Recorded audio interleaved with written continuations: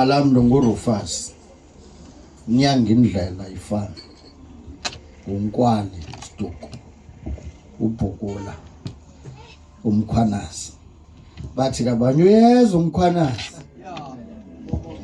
uNkwali yenkosi Khonza 12 Apostles Church in Christ iTACC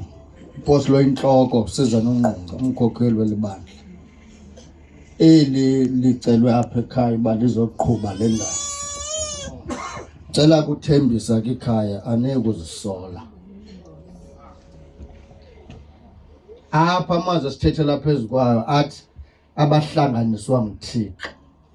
abangeze bohlukwaniswe umuntu za apha ke njengomfundisi nomthanjiswa kule nkonzo yabapostoli phambi koba siye batshateni masithethe lamazwi anjengamazwi obulumko xa belungisa iringi zabo bona yonke into eyenziwayo ngabantu iba nomoya wokuyenza umoya ke unetendency othelela umoya osulela into eyosulelayo nakweyiphi into lonto eyosulelayo ingumoya balapha naba babini because uthando lakuyeka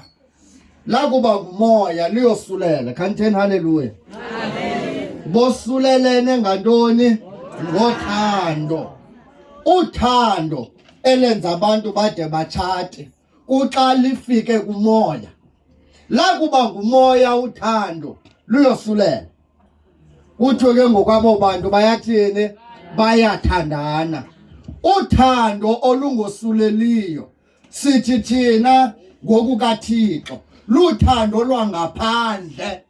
uthando lwangaphandle lunetendency yokuphelela ezintweni zangaphandle luphelele kwiingcingane zabantu luphelele ebudeni nasebufutshaneni babantu olukaThixo ludlula kwezo zinto uthando lukaThixo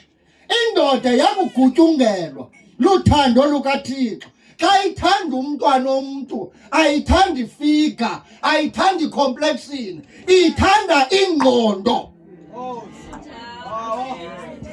ngoba ifigure iyaphela icomplexion iyaphela iworks ziyaphela umuntu khule mhle aguge mbi ezinye zezo zinto udibana nazo apha emtshatweni uba nefika ithi verse yami apha ekugqibeleni qhamani nande ekuqhameni kwakhande ifiki yachaphazeleka ukuba uthando lolwangaphandle lizokhangela ezinye ifigazi liyeka ingqondo ebeliyidibanisile eyamathile neyamathile ukuze kubekho umzongezelelo